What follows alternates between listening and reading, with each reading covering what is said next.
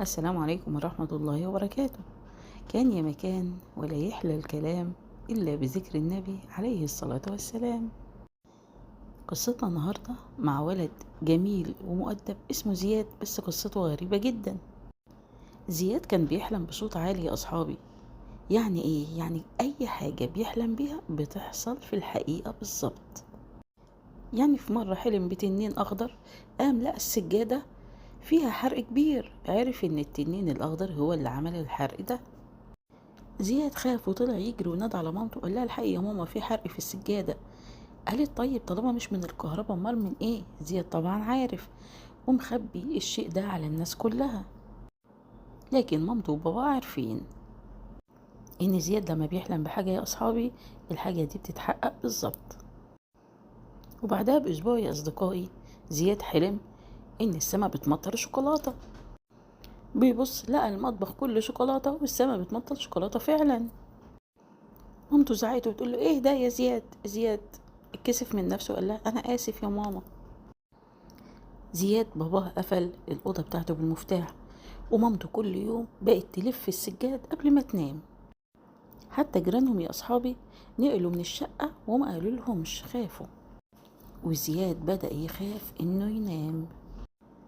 وزياد في الليله ديت لما نام حلم بظلام دامس، مفيش شمس خالص. زياد صحى الصبح على صريخ امه وهي بتنادي عليه تعالى يا زياد الحق يا زياد. جرى زياد يا اصحابي وبيبص من الشباك لقى الناس كلها واقفة وخايفين ومرعوبين، والشمس مش ظاهرة، الدنيا في ظلام دامس. حتى التلفزيون المذيعات والمذيعين كانوا عمالين يصرخوا وخايفين ويقولوا ظاهرة غريبة، حتى العلماء نفسهم في حيرة، والناس كلها كانت خايفة يا أصحابي. زياد طبعا خايف ومرعوب وعارف ان هو السبب في ده كله. زياد بيحاول يحل المشكلة وعاوز يرجع ينام، وقال زي ما انا مشيت الشمس بحلم يبقى لازم احلم حلم تاني وارجع الشمس تاني فيه. زياد من خوفه حاول انه ينام، ما قدرش ابدا. يعد من 1 ل100، ما قدرش ابدا ينام. كل ما يحاول ينام بيخاف اكتر فيقلق وما ينامش. خوفه في الوقت ده يا اصحابي كان اكبر من النوم. زياد افتكر كلام جدته لما قالت له ان الخوف مش عدوك، الخوف بس بيقولك انك بتهتم بحاجة مهمة. وقال فعلا انا بخاف على مين؟ انا خايف على مامتي وعلى الناس وعلى الشمس. ولما افتكر كلام جدته ابتسم ونام.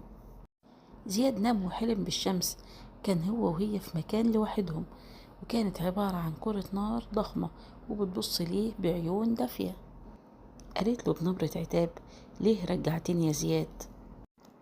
زياد اتخض، ما توقعش ابدا ان الشمس تتكلم. قال لها عشان الناس محتاجاكي يا شمس. قالت له بحزن الناس مش بيبصوا عليا ولا واخدين بالهم مني وماشيين في حياتهم عادي. قال لها فعلا، بس شوفي لما انت اختفيتي الناس كلها اتخضت والكل قلق، بس احيانا احنا بنحتاج ان احنا نفقد الحاجة عشان نعرف قيمتها كويس. الشمس سكتت كده شوية يا اصحابي. قالت له طيب وانت يا زياد هتفتكرني؟ زياد قال لها ده انا كل يوم هحلم بيكي. والشمس ابتسمت ورجعت تاني يا اصحابي. زياد صحى من النوم لقى الشمس رجعت والناس كلها كانت مبسوطة، ومامته كانت طايرة من الفرحة بيه وحضنته وهي بتبكي، وبابا كمان كان فرحان جدا وقال له نمت كويس يا زياد؟ قال له نعم يا بابا. وزياد كبر يا أصحابي وكل يوم كان بيحلم بحلم حلو، عشان عارف ان انت كل ما بتحلم بحاجة حلوة بتهديها للعالم كله من غير ما تعرف. وتوتة توتة وخلصت الحدوتة، حلوة ولا ملتوتة؟ يلا يا أصحابي تصبحوا على خير.